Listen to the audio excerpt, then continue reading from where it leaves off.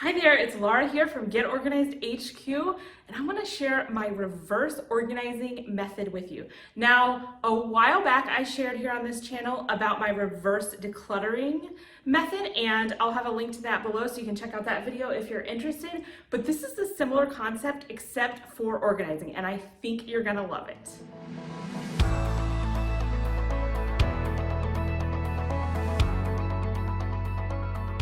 What most people do when they go to organize a space is they look at all the items that they have that need a home, and they figure out possibly what bins or baskets or containers they fit well in and which containers fit well, on the shelves or the different space that they have to put them in, and then you'll put them away like that. Now, that is a perfectly valid method of organizing. It's one that I personally have done many times, and in a lot of cases it works just fine. But there is an even better way of organizing, and this method especially applies to the spaces that you use most often. So something like your desk area, if you sit and work at your desk a lot. For me, I use this in the craft area with my kids where they're just almost daily there making things and doing things, in your kitchen especially that you're in daily.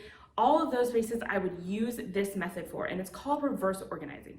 So what you're going to do is I want you to take everything out of that space, and I would like you to keep that space contained. So I wouldn't do an entire huge room at once. Instead, I would do, for example, this desk area behind me where I might sit and work. I would start there and I would take everything out. Ideally, I think you would remove everything physically because it's just going to help you visualize so much more. If for some reason you can't do that, at least in your mind, pretend like you're starting with a blank slate and there's nothing there. And then this is where this differs from traditional organizing. Instead of saying, okay, here's all the things I have, here's what bins they fit in, here's where the bins fit, I want you to instead say, what items do I need and do I use most often when I'm here in this space? And then find a home for those. So you're gonna basically almost list out your items from the things that you use most often in that space to the things that you use least often. And you're gonna make sure that those frequently accessed items are right there at your fingertips. And that's gonna make life easier for so many reasons. Number one, you're gonna be able to find what you need. You're not gonna have to get up and go to some complicated location to get the things you always use.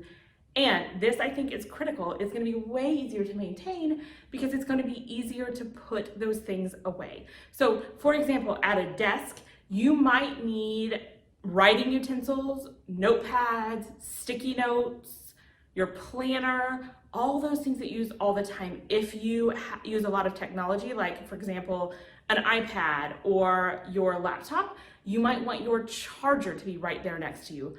Instead of, for example, putting all of your chargers together in a bin that is maybe in the corner of your closet.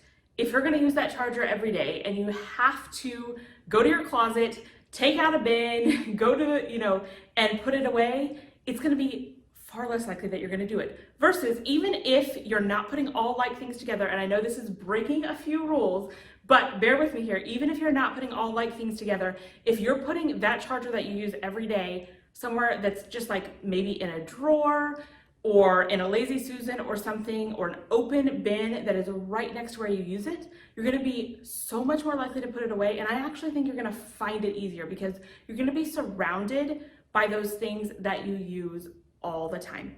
And it really is as simple as that. Take everything out and put it away by what you use most often, all the way down to what you use least often. And it's fine if once you get to the things that you're not using very much, they might need to be put on a higher shelf or in a closet or somewhere that's harder to get to, and that's totally fine. But I think you're gonna find that if you just think about it in this way, and it's really more of a mindset shift, it's really gonna make a big difference in how your spaces function.